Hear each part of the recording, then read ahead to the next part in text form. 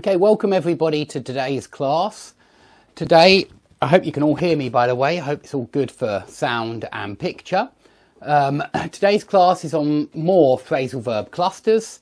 These are all taken from the final section of my book where I revise a lot of phrasal verbs. The book will be available in about a week's time, hopefully, fingers crossed. So I wanted to just go through some groups that you can put phrasal verbs into and that I put them into in my head to help me remember these phrasal verbs. So if you have any questions, by the way, please do ask them at the end with pleasure. I will address your questions, especially if they're about this lesson. So firstly, continuation. A lot of phrasal verbs, especially ones with on, denote continuation of some description. So if a referee in a football match says play on, he means continue playing, don't stop. There's not a free kick, there's not a throw on, there's not a corner, but play on, carry on playing.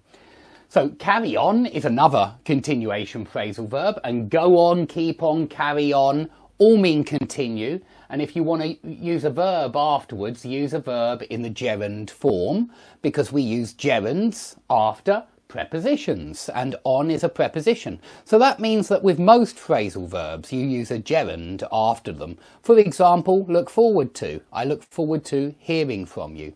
But there are many others as well. Okay, so play on is what a referee says when he wants you to continue playing football. If a meeting drags on, it means it goes on for a very long time, it continues for a long time, and it's boring.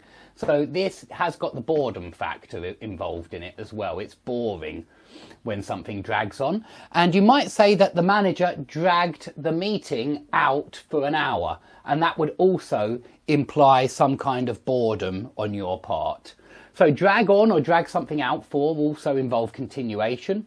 Go, carry on, keep on, go on, they all mean continue, just as simple as that. If you press on or march on or soldier on, you continue in spite of difficulty. Okay, you continue even though it's difficult. So you march on, you press on, you soldier on. So perhaps you're finding a particular subject at university difficult, a particular module. But you have to soldier on because you need to get to the end of it. You need to see the course through. You need to get through it in order to get your degree. So please soldier on or march on or press on when you are encouraging someone to continue in spite of difficulty.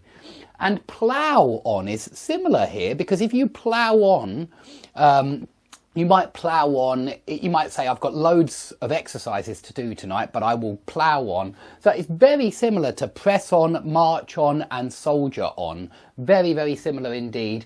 Perhaps I should have put it in the same part because I don't see much difference. You continue in spite of difficulty. In spite of the fact that something is hard, you plough on.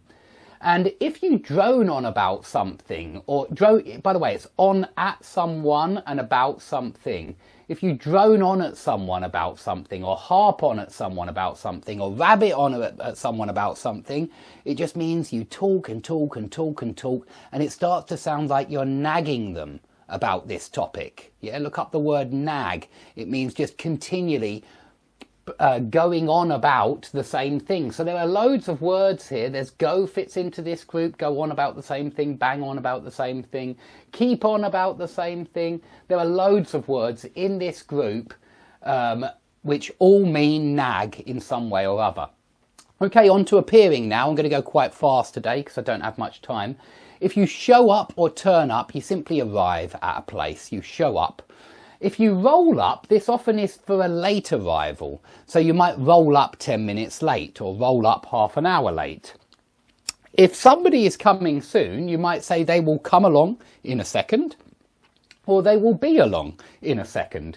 So all of these are about arriving in some kind of way. Yeah, all of these are about arriving, but roll up does seem to be arriving late.